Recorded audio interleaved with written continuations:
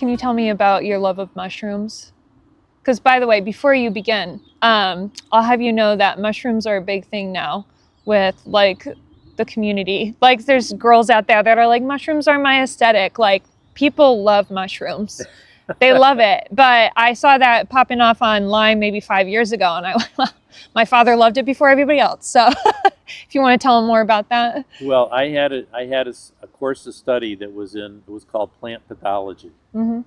And Sounds like Harry Potter. yeah, Yeah. plant pathology was the study of pathogens that could disease and destroy species of plants. And I needed to know that in forestry, because if you're in forestry and you're managing a forested area or national park or something, if it gets attacked by some sort of pathogen, you want to know what it is so you can treat it or decide what to do with it. Yeah. And a lot of that study had to do with fungus, Mm. fungal studies, and I enjoyed it.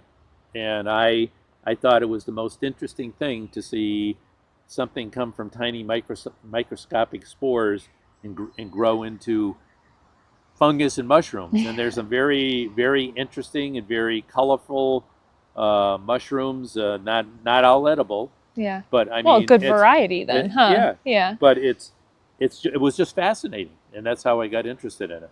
Yeah. That's cool. So Is there a particular mushroom that stood out to you? Or fungi? there was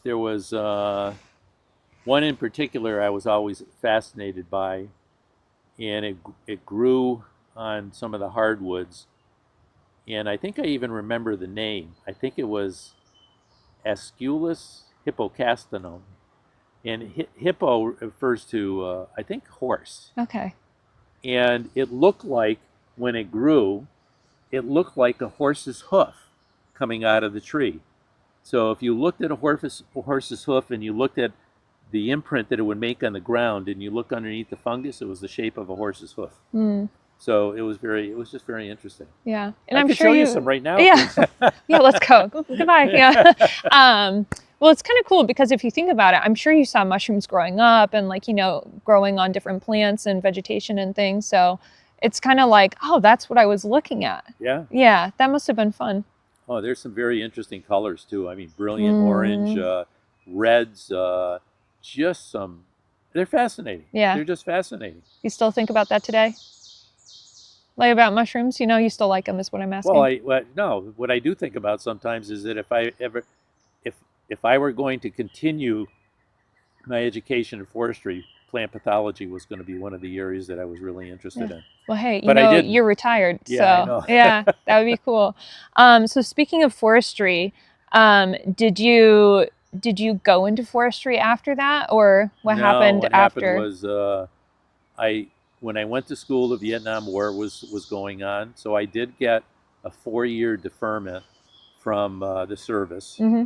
by going to school, and then when I got out, then it was time for me to do my military service. Right. So I joined the Navy. I graduated in the end of May, and I went into the Navy on basically on Labor Day of the same year. And I signed up for 4 years. I was 4 years in the Navy, but I was never in never in harm's way in the Navy. Hmm. Never. Where were you stationed? I went to boot camp in Chicago, Oh, Great I didn't know Lakes, that. and then I had school in San Diego, Hmm. and I was in school for 3 months. And fortunately, when I was in the school, they needed somebody to uh, be a tutor to the other students in school. I was going into the field. I was going to be a storekeeper, basically Okay. an accountant and storekeeper in the military, ordering stores, ordering supplies. And we had tests every week, and I did very well on the first week's tests. And they asked me to be the tutor. Mm. So, which was not a bad thing, because you had to be at the classroom every night, 5 days a week for 2 hours after chow, after dinner. And so because of that, I never had to stay on duty. That 10 hours during the week Oh, was my really? duty. Ooh, okay, So yeah. because I never had to stay on duty, I had my weekends free, and I could always go places and do things. And at the same And time, that was in San Diego? San Okay. Diego, At the time, and yep. at the time I was there with one of my best friends from high school. He went through the Naval Academy. He Pretty graduated. cool. He was put on a destroyer. He was off of Vietnam for 6 months, and his destroyer came back for time off, off the line. And when he came there, I was just coming to San Diego, and basically I met up with him, and I met up. His brother was there too. He had gotten out of the army, Hmm. so we spent time together when we were out there, and it was great. Yeah, that must have been really nice to see someone, a familiar face. Yep, Yeah. it was great. We had a great time. Well, how was that then if you were in Connecticut and then, like, I don't What? think we mentioned this as much, but your mother didn't have a car. You didn't end up going on many vacations growing up. You know, it's not like you were traveling all around. How was that having to go to Chicago and then San Diego?